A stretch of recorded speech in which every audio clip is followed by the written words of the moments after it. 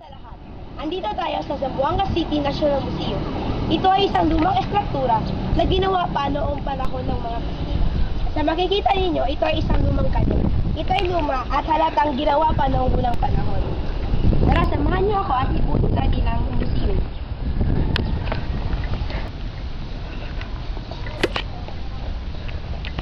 Papasok tayo ngayon sa isang parte ng museum. Sa makikita nyo, ito ay maraming mga halaman.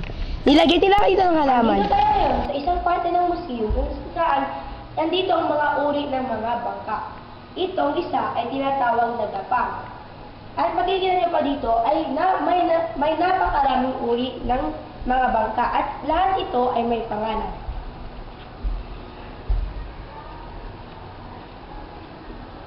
Katulad itong isa, bibili ko ang pangalan ito.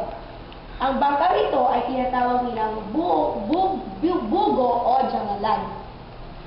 Makikita naman dito ang mga burda ng ating mga katutubong Pilipino. Dito naman tayo sa Zamboanga City Museum. Ito po ang kanilang photo gallery. Makikita niyo po ang kanilang mga magagandang larawan dito. At ito na ang kabuuan ng Zamboanga City National Museum.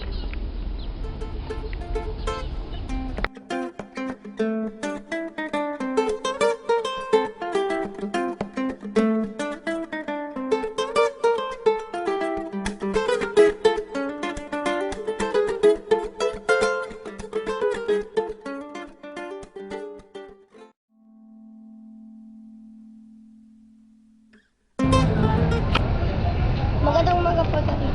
Nandito po tayo sa Port. Ang Port Pilar ay Royal Port ng our Virgin Lady of the Pilar ng Salvador.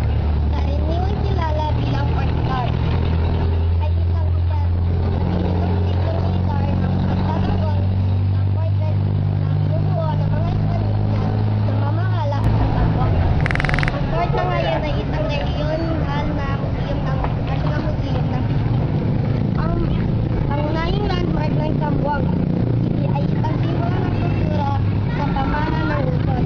Sa labas ng silangang memorial, ang dambana na nagkatuon sa Our Lady of the Pilar, ang patron. Dito po kung saan tayo sumisindi ng ating